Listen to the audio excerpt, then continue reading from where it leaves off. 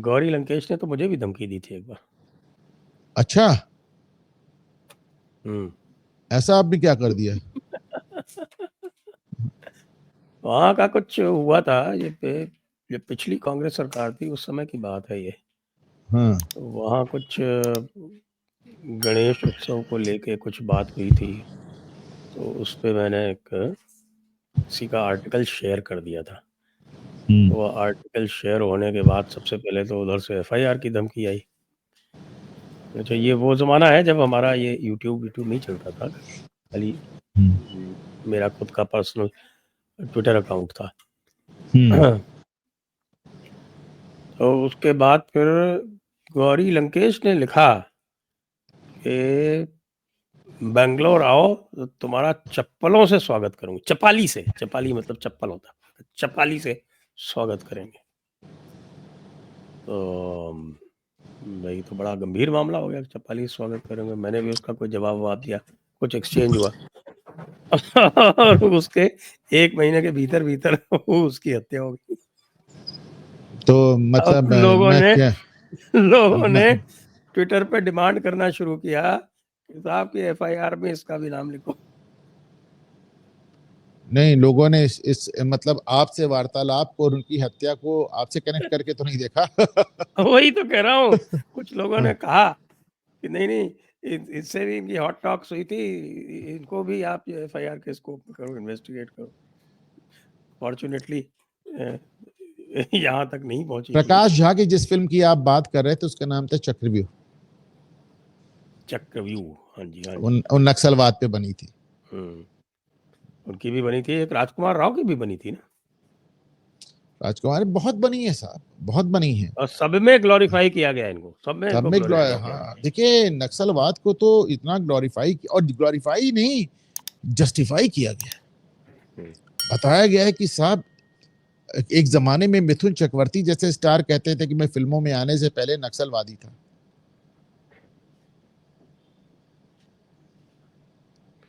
बिल्कुल बिल्कुल। और मोदी जी जो हैं वो he is going from strength to strength.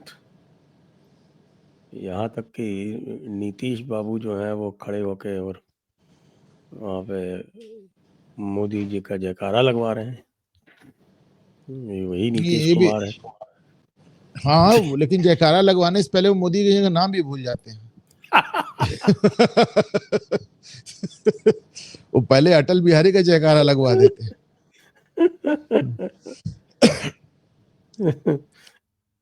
वो कुछ भी कर सकते।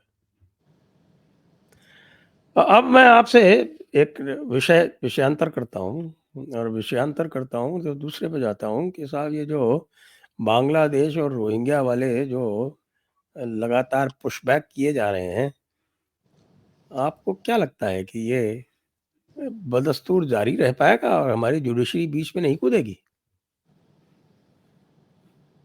अब जुडिशरी की जो बीच में कूदने वाली बात है, तो मैं आज आपकी दूसरी ब्रेकिंग न्यूज दे दूं आपको। आज जब चीफ जस्टिस ऑफ इंडिया ने योगी जी को पावरफुल बताया और कहा साहब आपने बड़ा अच्छा कुंभ कराया है, तो योगी जी ने कहा साहब वो अच्छा कुंभ हमने इसलिए करा लिया कि आप लोगों ने बीच में कोई स्टे नहीं दिया।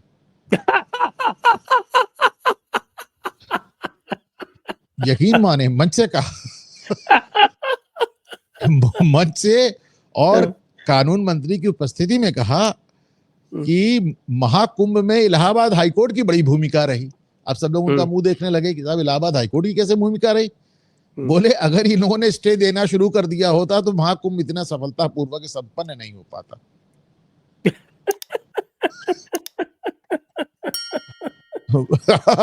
मतलब मैं समझता हूँ ये भी ना भूतो ना भविष्यति, अनप्रेसिडेंटेड बात है ये सब। सीजीआई के सामने इस तरह की बात कहना। अच्छा, सीजीआई इसीलिए तो उनको मोस्ट पावरफुल कह रहे थे।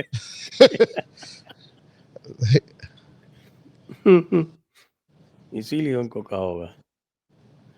देखिए सीजीआई साहब हमारे थोड़ा सा सेंसिबल आदमी नजर आते हैं। जब से मैं जुडिशरी को देख रहा हूँ, जब से मैं जुडिशरी को समझ रहा हूँ, और दर्जनों हाई कोर्ट और सुप्रीम कोर्ट जजेस को मैंने बहुत क्लोजली देखा है, ये पहली बार किसी जज ने कहा है, कम से कम मेरी जानकारी में पहली बार कहा है कि न्यायपालिका जन साधारण के ओपिनियन से दूर नहीं रह सकती।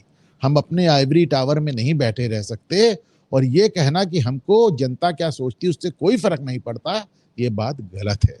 क्योंकि मुझसे तकरीबन हर जज ने बड़ा खुल के कहा कि साहब लोग क्या सोचते हैं हमें फर्क नहीं पड़ता, हम तो संवैधानिक लिहाज से अपना काम करते हैं।